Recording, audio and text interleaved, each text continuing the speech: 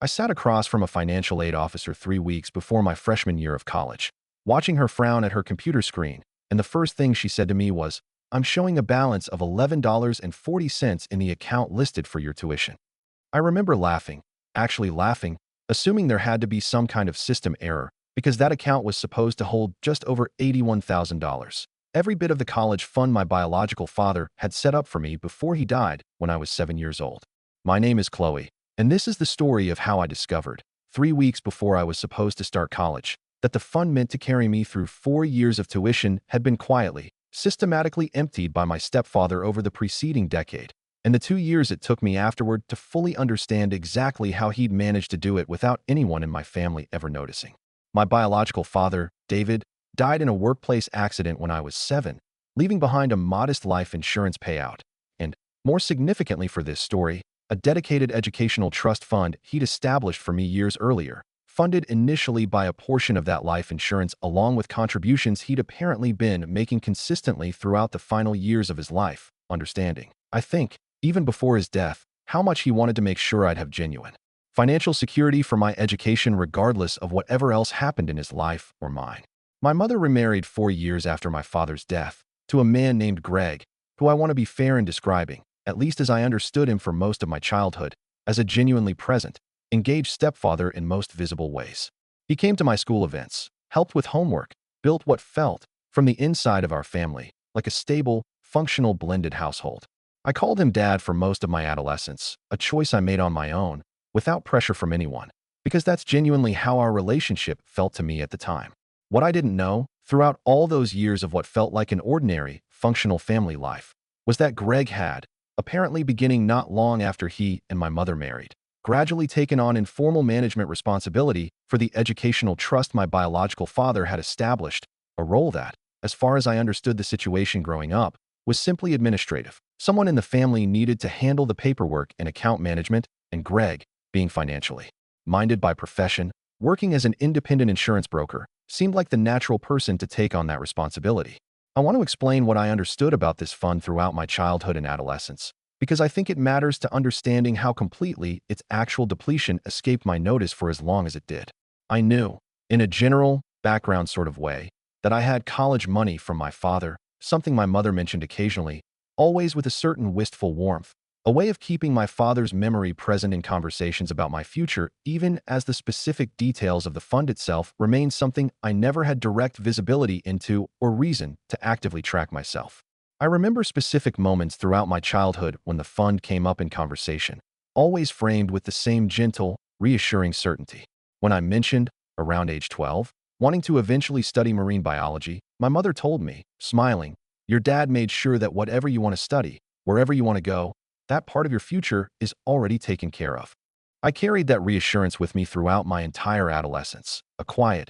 foundational certainty underlying every conversation about my eventual college plans, never once imagining I needed to verify its accuracy myself. I never received account statements directly. They were addressed, I would later learn, to Greg, in his capacity as the fund's designated administrator, an arrangement that had apparently been formalized through some paperwork process shortly after he and my mother married. One that neither my mother nor I fully understood the actual implications of at the time, focused instead on the practical convenience of having someone in the family actively manage what felt like a straightforward administrative responsibility. Looking back, I've tried to understand why neither my mother nor I ever asked to see the actual account statements ourselves across nearly a decade. And I think the honest answer involves a combination of genuine trust in Greg's financial expertise, given his professional background, alongside a kind of understandable reluctance, on my mother's part especially, to dwell too closely on financial details connected to my late father's memory, details that inevitably stirred up grief alongside the practical administrative questions. Greg, I now understand, appeared to have specifically, deliberately cultivated that reluctance, offering periodic verbal reassurances about the fund's healthy balance whenever the topic arose, reassurances detailed enough to sound credible without ever actually requiring anyone to look at the underlying paperwork directly. The first genuine hint that something might be wrong came about 8 months before my high school graduation, during what I remember as an otherwise ordinary conversation with Greg about my college applications. I'd mentioned, in passing, that I was considering a slightly more expensive private university alongside my in-state public school options, and Greg's response, though I didn't fully register its significance at the time, carried a note of hesitation that felt subtly different from his usual, encouraging engagement with my educational plans. "Let's stick to being realistic about costs," he said, in a tone that struck me, even in the moment, as slightly more clipped than I expected given how much the fund was supposedly holding. "The private school route gets expensive fast, and I want to make sure we're being smart about how we use what's available." I remember feeling a small flicker of confusion at the phrase, "what's available," a strange framing for a fund I'd always understood as more than sufficient to cover either option comfortably. I didn't push further at the time, trusting, as I had my entire life, that Greg understood the actual financial details far better than I did, and that his caution reflected genuine, prudent financial guidance rather than anything more concerning. I applied to and was accepted at my top choice private university roughly 5 months later, and it was during the financial aid finalization process. Specifically, a routine verification appointment the university required to confirm the details of my designated educational trust before releasing my final enrollment confirmation, that the entire situation finally, catastrophically came into view. I sat in that small financial aid office, watching Ms. Patterson, the aid officer working with my file, grow increasingly confused as she cross-referenced the account information my stepfather had provided during the initial application process against what the actual trust administrator's records currently showed. "I'm showing a balance of $11.40, she repeated, turning her screen slightly so I could see it myself, as though seeing the actual number might somehow make it more comprehensible than hearing it spoken aloud. "This doesn't match what was reported on your financial aid documentation at all. I need to understand what's happened here before we can finalize anything." I called my mother directly from that office, my hands shaking so badly I had to try dialing twice, and I remember the specific, disorienting quality of trying to explain what I was looking at while simultaneously still not fully believing it myself. "Mom, there's basically nothing left in Dad's college fund. Miss Patterson is showing $11 in the account. I don't understand what's happening." The silence on my mother's end of that call told me, even before she said anything substantive, that this news was landing as genuine shock rather than something she'd somehow already known and simply failed to mention. "That can't be right," she said. "Greg's been managing that account for years. He's shown me statements. There's over $80,000 in there. I've seen the numbers myself." I want to describe the specific, sinking realization that settled over both of us during that call, slowly understanding that whatever statements my mother had been shown over the years apparently hadn't reflected the actual, current state of the account at all. My mother confronted Greg that same evening, a conversation I wasn't present for, but that she later described to me in painful, halting detail, once the full picture had become clear enough for her to explain it. What Greg eventually admitted, after initial denials and deflections that my mother described as immediately, obviously insufficient given what the university's own records had already confirmed, was that he had been gradually withdrawing funds from my trust account for nearly 9 years, beginning not long after formally taking on administrative control of it. The withdrawals, I later learned through the forensic accounting process my mother and I initiated once the full scope of the situation became undeniable, had started small and grown progressively larger over the years. Initial withdrawals framed, in whatever documentation Greg had maintained, as administrative fees for managing the account, amounts that gradually expanded far beyond any reasonable interpretation of legitimate management costs, eventually incorporating what appeared to be direct diversions toward Greg's own struggling insurance brokerage business during a period, roughly 6 years earlier, when that business had faced significant financial difficulty. The forensic accountant we hired, a precise, patient man named Mr. Okonkwo, who specialized in trust and estate fraud specifically, spent nearly 2 months reconstructing the full withdrawal history, working from bank records, tax documents, and whatever fragments of Greg's own record-keeping my mother's attorney was able to compel through the divorce proceedings. I remember sitting with my mother in his office, watching him lay out a timeline stretching back nearly 9 years, each withdrawal representing another small piece of a decade-long pattern that had somehow, through a combination of Greg's careful documentation and my mother's understandable trust, remained completely invisible until the university's own verification process finally forced it into the light. "The pattern here is actually fairly common in cases like this," Mr. Okonkwo told us during one of our review sessions. "It rarely starts as a deliberate, planned theft. It usually starts as a genuine financial emergency, a decision to borrow temporarily with real intention to repay. And then, once the first withdrawal goes unnoticed, the psychological barrier to a second, larger withdrawal becomes considerably lower. By the time we're looking at a decade of activity, we're usually looking at someone who convinced himself, at every individual step that this particular withdrawal was the last one, right up until it very clearly wasn't. I want to try to explain what it felt like, learning that the fund my biological father had specifically established to protect my educational future, one of the final, deliberate acts of care he managed to provide before his unexpected death, had been quietly, systematically emptied by the man I'd called Dad for most of my adolescence. Apparently, to prop up his own business during a difficult financial period he never once mentioned to either my mother or me at the time it was actually happening. The forensic accounting process, once fully underway, revealed a more complete and more damning picture than even my mother's initial confrontation with Greg had suggested. Beyond the funds diverted toward his business during that 6-year earlier crisis, additional withdrawals over the following years appeared to have covered a range of personal expenses entirely unrelated to any legitimate account management. A family vacation I remembered fondly, never knowing it had been partially funded by money meant for my education, a car purchase, and a series of smaller, harder to categorize withdrawals that, taken together, accounted for nearly the entire original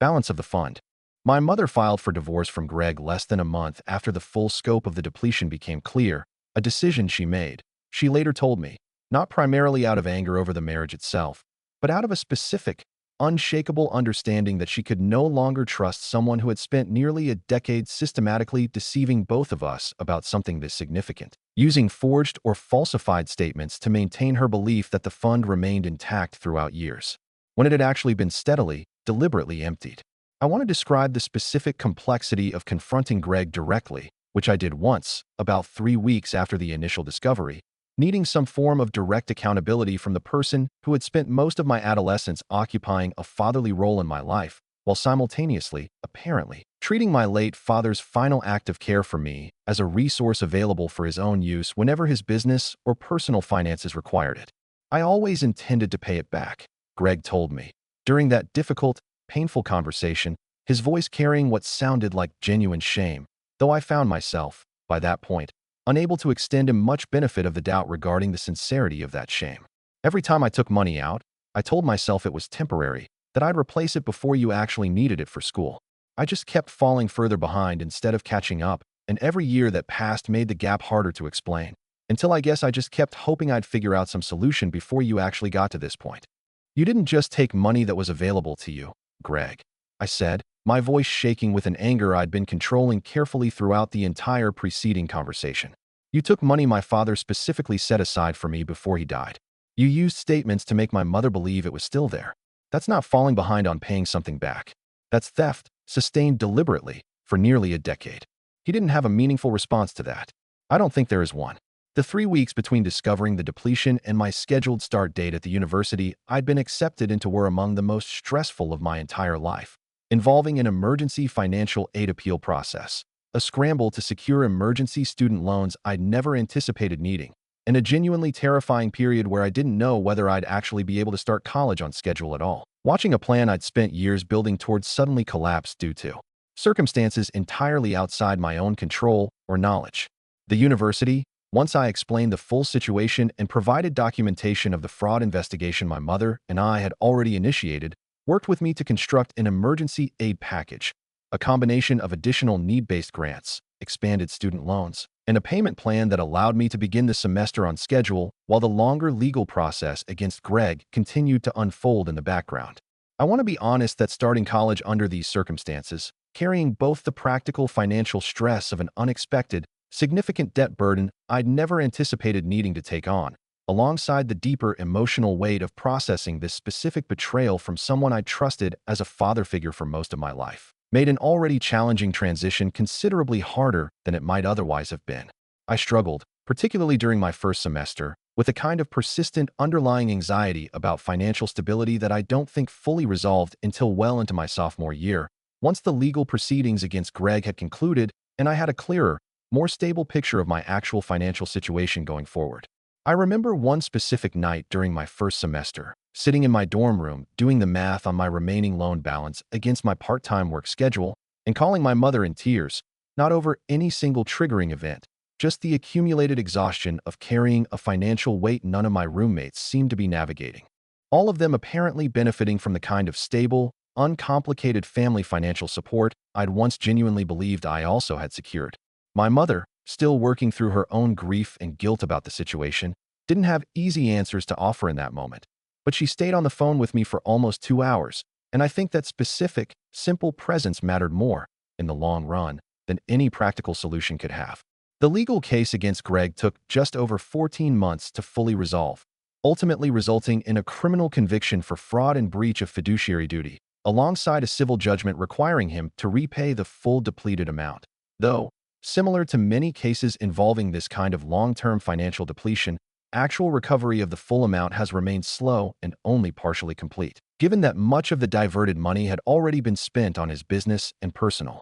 expenses years before the fraud was ever discovered. My relationship with Greg, unsurprisingly, ended entirely once the full situation came to light. I haven't spoken to him since that single, difficult confrontation conversation, and I don't anticipate that changing, understanding that whatever complicated affection I once held for him as a father figure throughout my adolescence has been permanently, irreparably altered by learning the specific, sustained scope of what he'd actually done throughout nearly a decade of what I'd believed, at the time, was a stable, trustworthy family relationship. My mother and I have, in the time since, worked to rebuild our own relationship around this shared trauma, understanding that she, too, was genuinely deceived throughout this entire period, shown falsified statements specifically designed to maintain her belief that the fund remained intact. I don't hold her responsible for what happened, though I know she's carried her own significant guilt about not somehow noticing the depletion sooner, a guilt I've tried, consistently, to help her understand isn't fairly hers to carry,